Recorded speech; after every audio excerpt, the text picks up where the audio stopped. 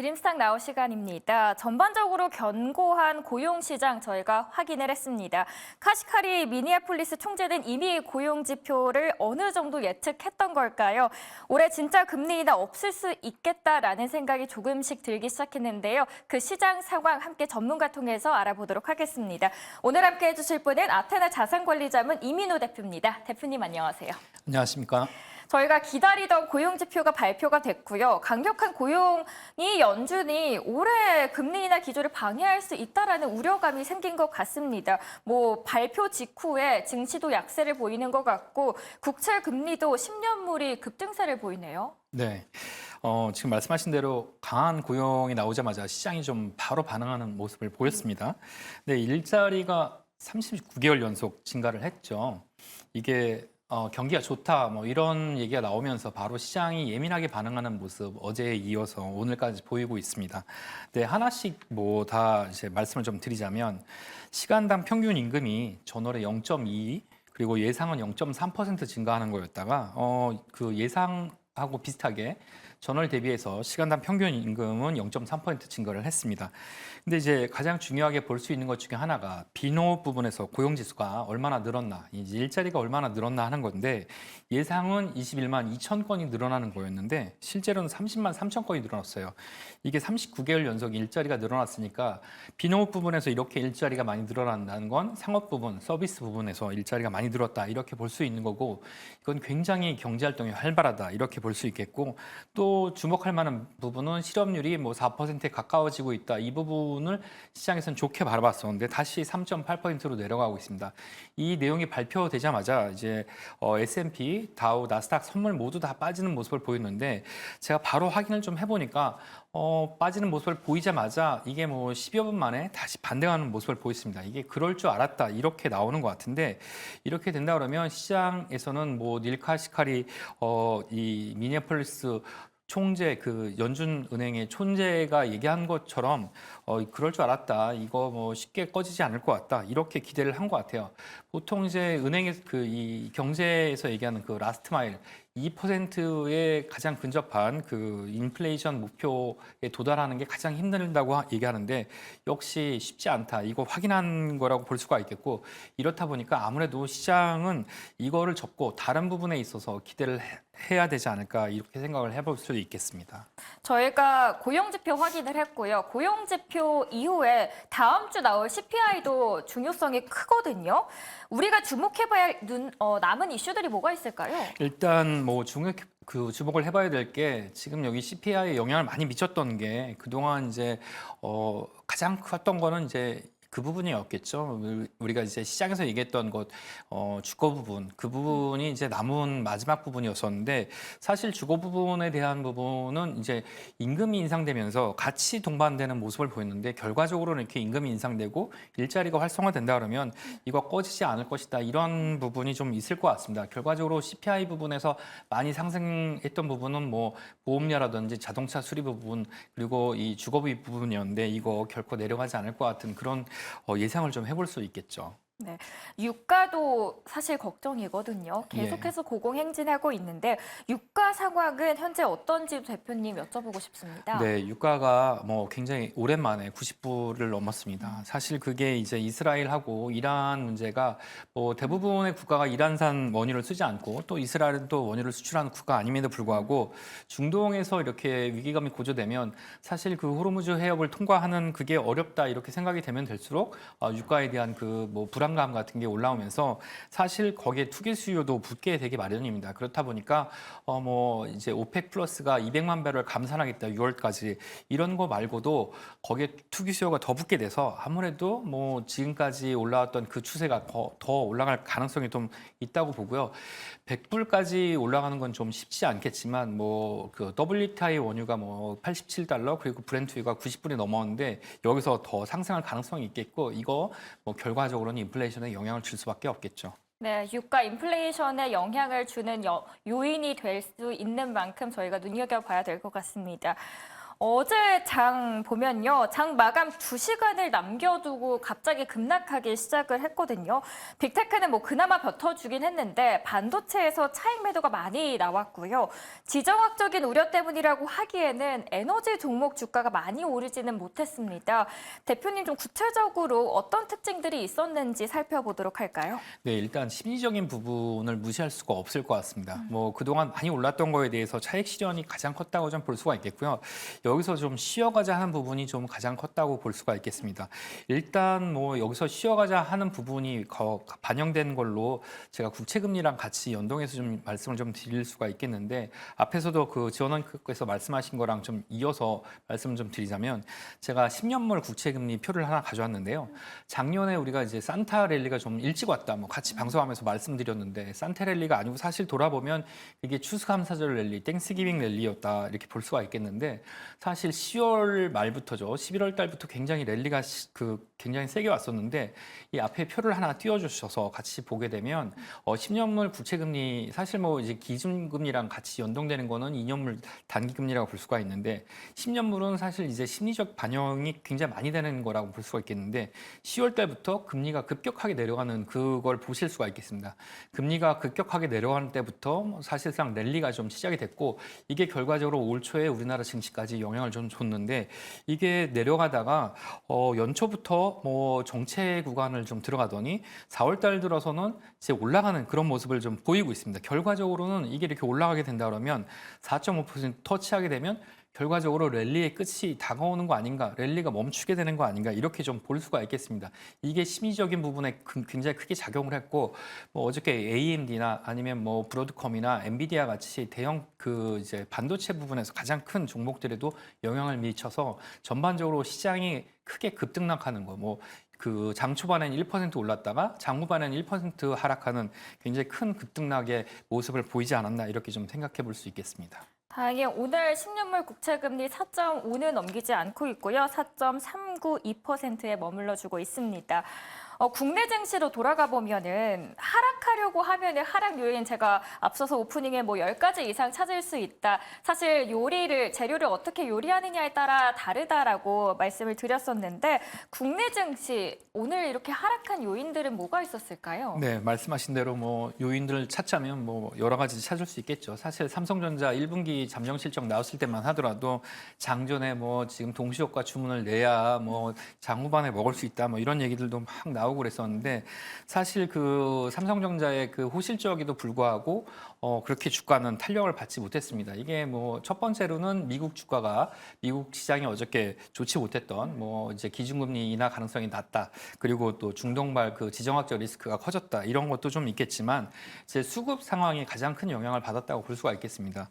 가장 크게 뭐 열받는 부분은 화가 나는 부분, 기관이 너무 큰 매도를 좀 던졌고 그리고 또 외국인 투자자들이 9일간 매수를 하다가 이제 오늘 급격하게 반전하는 모습을 보이면서 여기서 이제 매물이 많이 나오면서 어떻게 보면 수급 영향으로 시장이 하락했다 이렇게 좀 볼 수가 있겠습니다. 업종별로도 궁금합니다. 예, 일단 뭐 외국인 투자자들이 이제 매수를 했던 거는 전기전자 업종에서 매수를 했으면 그나마 좀 나은 모습을 보였을 텐데 운수장비하고 화학업종만 매수를 하고 나머지 부분에서는 매도를 하는 모습을 좀 보였고요. 특히 그동안 많이 매수를 했던 금융업하고 전기전자 업종을 매도를 하는 모습을 좀 보였고요. 기관 투자자는 뭐 코스피, 코스닥 할 것 없이 다 매도를 하면서 전반적으로 약세 흐름을 가져갈 수밖에 없는 그런 모습을 좀 보였습니다. 네, 증시 약세에도 훨훨 나는 업종이 있습니다. 꿈의 기판으로 불리는 바로 유리기판 관련주들 특히 고공행진을 하고 있습니다. 3D 커버글라스 업체 JNTC는 16%나 올라가면서 잘 가고 있는데 이 유리기판 좋은 점 물론 있는데 또 장점만 있는 건 아니지 않습니까? 네. 양산까지 시간이 걸려서 매출 가능성도 따져볼 필요도 있고 유리이기 때문에 수율에 대한 가격 문제도 저희가 따져볼 필요도 있는데 추후에 이렇게 저희가 고려해야 될 부분까지 따져봤을 때 유리기판 관련주들에 대해서는 어떤 판단을 갖고 계신가요? 네, 일단 좀 크게 봤을 때 네. 삼성전자의 오늘 호실적이랑 비슷하다 이런 측면으로 개별적으로 좀 말씀을 좀 드리겠습니다. 제가 개별적으로 기술적인 측면으로 말씀드리기보다는 좀 거시적으로 좀 말씀을 드리는 게 좀 맞을 것 같은데요. 삼성전자가 오늘 호실적이 나왔던 게 삼성전자가 그 이제 저장 장치 메모리 부분에서의 실적 개선이 뚜렷하게 나왔다. 그리고 뭐 갤럭시 24의 실적이 좋았다 이렇게 나왔는데 삼성전자가 그 제대로 실적을 크게 뿜어내려면 가장 기본적으로 그 램 부분, D램 부분에서의 실적이 굉장히 크게 개선이 돼야 되는데 그 부분이 개선이 되지 않았습니다. 근데 그 부분에서 실적이 좀 그래도 개선이 됐던 건 감사한, 뭐 그러니까 실적 조정을 좀 통해서 생산 조정을 통해서 가격을 좀 뭐 그 인위적으로 조정한 부분이 반영이 됐다 이런 건데 그런 부분에서 유리기판 같은 경우는 뭐 얇게 그 공정을 얇게 그 제품을 만들 수가 있고 그렇게 된다 그러면 이제 이게 뭐 다양한 부분에서 쓰일 수 있고 그동안에 만들었던 플라스틱을 대체할 수 있다. 이런 부분은 상당히 긍정적으로 볼 수가 있겠지만 그러려면 뭐 태양광이나 이런 이 재생에너지처럼 굉장히 많은 시설 투자가 들어가고 그리고 또 물량이 많이 수주가 돼야 되는데 거기까지 걸리는 시간이 굉장히 많이 그 필요가 될 것으로 보게 됩니다. 물론 뭐 그 이제 좋은 기술이고 앞으로 차세대 산업으로서도 굉장히 가능성이 있겠지만 물량을 얼마 받냐 그리고 또 거기서 얼마나 수익이 날 것인가 그거는 별개의 문제라고 보고요. 삼성전자가 뭐 HBM에서 하반기에 좋은 실적을 거둘 것이다 이렇게 선언을 했지만 그게 실제 실적으로 나올 때까지 이 D램 부분에서 메모리 부분에서 실적이 얼마나 개선될지야 사실 그 시장이 반응하는 것과의 온도 차이가 상당히 큰 것과 비슷하다고 좀 볼 수가 있겠죠. 네. 유리기판주에 대한 투자 전략까지 저희가 알아봤습니다. 최근에 테슬라 이야기가 많이 돌고 있는데 인도에 전기차 공장 부지를 물색한다라는 외신 보도가 있었습니다. 중국 대체 시장으로 이제는 인도를 선택하는 걸까요? 예, 그렇죠. 중국 대체 시장, 뭐 인도 굉장히 가능성이 크죠. 사실 뭐 아시다시피 중국보다 인구가 많은 국가는 이제 인도가 됐잖아요. 그러다 보니까 중국보다 이 더 큰 시장을 인도를 겨냥하는 건 당연한 거라고 볼 수가 있겠습니다. 뭐 몇 번 더 말씀드렸겠지만 우리가 이제 맵에서 작년 올해 그 실적 그 빅테크 중에서 주가 하락이 있었던 그 기업들은 애플하고 그렇죠. 테슬라가 있는데 그게 이제 유일한 이유가 그 중국 시장을 타깃으로 했던 기업들이잖아요. 근데 중국 시장을 대체하기 위해서 테슬라가 인도를 겨냥하고 또 하반기에는 인도향 물량을 독일에서 우핸들, 그러니까 핸들이 오른쪽에 있는 물량을 만들어서 인도향으로 내보낸다고 하는데 이거에 대해서 좀 불투명한 그런 전망을 낼 수밖에 없겠습니다. 거기에서 그래서 이제 뭐 화면에 지금 나오는 이분이 대표적으로 테슬라에 대해서 공매도를 많이 하는 공격적인 그런 그 운영을 하는 그 말하자면 이제 테슬라 공매도를 많이 치는 그런 그 헤지펀드 매니저라고 할 수가 있겠는데 이분이 리칸더라는 이분이 테슬라의 주가를 14달러를 예상을 했어요. 그래 테슬라 파산도 가능하다 뭐 이렇게 예상을 했는데 저는 이분의 의견에 동의하냐 이렇게 물어보면 전혀 그렇지 않습니다. 사실 테슬라 거품이 터질 것이다 뭐 이렇게 얘기한 거는 본인이 이제 공매도를 걸었기 때문인데 이분이 이제 일론 머스크한테 대체적으로 이제 많이 비웃음을 받던 그런 분들 중에 하나입니다. 근데 사실상 테슬라가 중국을 대체하는 인도 시장에 성공을 할 것이냐 그건 불투명한 게 우리가 이제 다들 알다시피 지금 이제 전 세계적으로 글로벌리 우리가 피해갈 수 없는 가장 대체적인 문제가 이 지구 온난화, 기후 변화잖아요. 근데 인도에서 뭐 그 뉴스 잘 보시는 시청자분들이라면 아시겠지만 여름에 인도에서 뭐 열사병으로 죽었다, 몇 명이 죽었다 이런 거 많이 보셨을 텐데 인도는 여름에 대체적으로 뭐 기온이 50도 이상 넘어가서 전력 공급이 안 된다 이런 얘기가 나오는 대체적인 국가 중에 하나이면서 전력 공급 때문에 거기서 다국적 기업이 공장을 돌리기가 어렵다 이런 얘기가 나오는 국가입니다. 테슬라가 중국을 대신해서 인도에서 팔겠다고 독일에서 자동차를 만들어서 인도에 보낸다고 한들 과연 전기차가 인도에서 성공을 할 것인가 그건 미지수고 어떻게든 뭐 기업적인 차원에서 노력을 하는 건데 그런 걸 보고 한쪽에서는 뭐 테슬라의 주가가 14불 간다고 하지만 사실 그거는 이제 현실 불가능한 얘기라고 봅니다. 다만 테슬라가 지금의 주가를 지킬 것인가 그거는 약간 좀 어려운 거라고 보고요.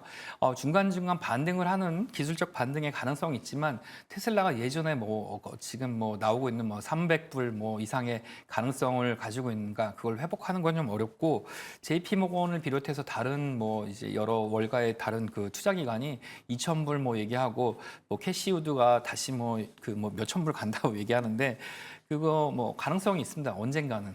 예. 언제인지를 몰라서 그렇죠.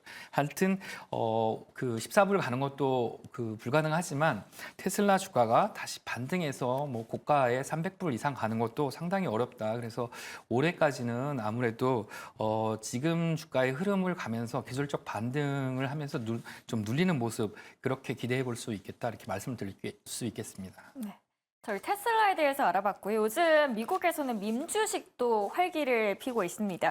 트럼프 미디어 주가 연초 대비해서 세 자릿수입니다. 165%나 상승을 했는데 밈주식에 대해서는 어떤 관점이시나요? 일단 밈주식이 그게 언제 많이 떴는지 그거를 한번 되짚어 보면 우리가 이제 코로나가 왔을 때가 2020년이잖아요. 뭐 기억도 가물가물한데 우리 마스크 쓰고 밖에 나가서 모이는 것도 굉장히 그 힘들어하던 2020년입니다. 그리고 그 다음에 가장 유동성이 많이 풀렸던 2021년에 뭐 게임스탑, 뭐 AMC, 그 베스트베스원 비욘드 같은 회사들이 뭐 미친 듯이 올랐죠. 10배, 20배 이렇게 오른다고 하고 거기에 공매도를 걸었던 그 헤지 펀드들이 뭐 파산 지경에 이른다 이런 얘기가 나올 정도로 많이 올랐었는데 그때가 이렇게 많이 올랐던 민주주식의 주가 최고 상승기에 올랐던 때가 유동성이 굉장히 많이 풀렸었던 때입니다. 그때 이렇게 많이 올랐었던 때 지금 트럼프 미디어 같은 종목들이 이제 굉장히 많이 올랐었는데 그거에 대해서 이제 얘기하신 분이 있는데 여기 그 베리 딜러라고 우리가 보통 뭐 이제 여행 갈 때 그 많이 확인해 볼 수 있는 엑스페디아라는 그 회사가 있잖아요. 뭐 이제 우리 지원 앵커님도 여행 많이 다니시니까 이제 엑스페디아 잘 아실 텐데 이분이 엑스페디아를 만드셨고 또 미국의 그 폭스 뉴스, 폭스 방송도 만드신 분인데 이분이 방송에 나와서 이런 얘기 하셨어요. 이 그 트루 소셜, 그 트럼프 미디어 같은 거 거의 사기다 이런 얘기 하시면서 이거 말도 안 된다는 얘기를 하셨어요. 이게 연초에 17불이었던 게 지금 뭐 거의 6, 70불 이상 가고 이런 민주주식들 언제 올랐는지 잘 생각해봐라. 이거 말도 안 된다 이런 얘기를 하셨는데 사실 이게 이제 유동성이 가장 많이 올랐을 때 올랐고 그리고 나서 유동성이 꺼지던 시기 2021년 다음에 뭐가 왔었냐면 뭐 이제 우리가 가장 그 예민하게 굴었던 이거 그냥 그대로 두면 인플레이션 감당할 수 없다. 뭐 7%, 8%, 10%도 넘을 수 있다. 이런 인플레이션에 대한 우려가 왔었는데 지금 인플레이션에 대한 우려가 다시 꺼지다가 다시 올라오는 그런 모습입니다. 그러니까 민주식이 2021년에 급격하게 반등했다가 그리고 나서 인플레이션 우려 때문에 하락했는데 지금 민주식이 올라왔다가 뭐 이제 내려가는 이런 추세는 인플레이션 유동성 때문에 올랐고 결과적으로는 인플레이션 우려와 함께 내려갈 가능성이 높은 시기라고 볼 수가 있겠습니다. 그러니까 1분기까지 작년 말부터 1분기까지 오를 것 같다고 제가 말씀을 많이 드리고 그랬었는데 지금 2분기부터는 그런 기대감을 좀 버려야 될 시기가 왔다. 이렇게 좀 볼 수가 있겠죠. 네.